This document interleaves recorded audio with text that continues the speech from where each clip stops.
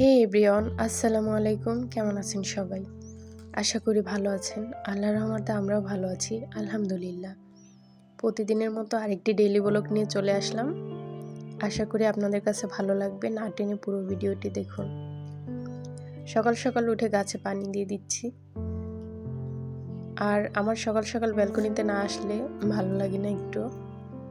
আর এই তো লাউ গাছটা অনেক বড় হয়ে গেছে। এই গাছগুলো আপনাদের কাছে কেমন লাগে অবশ্যই জানাবেন। আমি লাউ গাছ, মরিচ গাছ বা প্রয়োজনীয় কিছু গাছ লাগিয়ে রাখছি।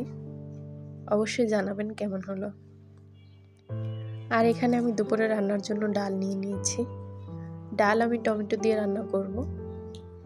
আর সাথে একটু বড়ি বোনা বোনা করব ভাজা ভাজা করে।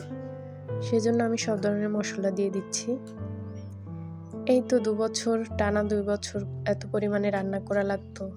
আর এখন কতটা পরিবর্তন। অল্প অল্প রান্নাতেই আমাদের হয়ে যায়। আল্লাহ চাইলে কি না পারে। তবে যারা আমার পিছনে লাগছিল তারাই হেরে গেছে। আলহামদুলিল্লাহ, এতে আমার কিছু করার নেই।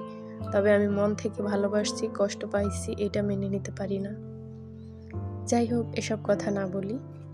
সবার জীবনে কম বেশি দুঃখ কষ্ট আছে, এটাই স্বাভাবিক। এছাড়া তো আর মানুষ বাঁচতে পারে না বা মানুষ হইতে পারে না। অবশ্যই সবার জীবনে কম বেশি দুঃখ কষ্ট আছে, থাকবে, এটাই স্বাভাবিক।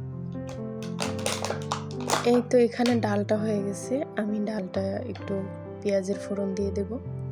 রসুন ছিল না, রসুন দিলে ডালের ফ্লেভারটা আর একটু অন্যরকম আসে। আর একটু ধনিয়া পাতা দিয়ে দিলাম।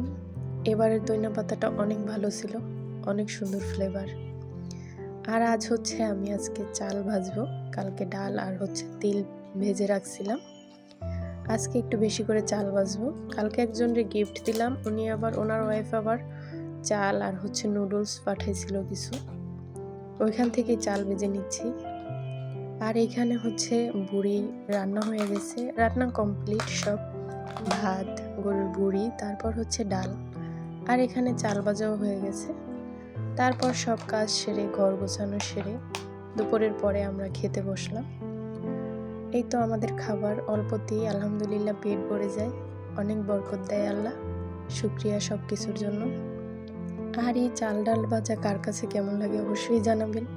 আমার কাছে তো খুবই ভালো লাগে।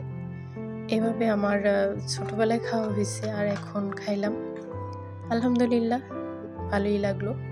আর সাথে তিলও ছিল, তিল এটার সাথে মিক্স করে নেই আমি। এই তো আজকের ভিডিও। অবশ্যই যারা কষ্ট করে ভিডিওটি দেখলেন তাদের জন্য ভালোবাসা রইল। আর এভাবেই পাশে থাকবেন, সাপোর্ট করবেন আশা করি। আজকের জন্য বাই বাই, আল্লাহ হাফিজ।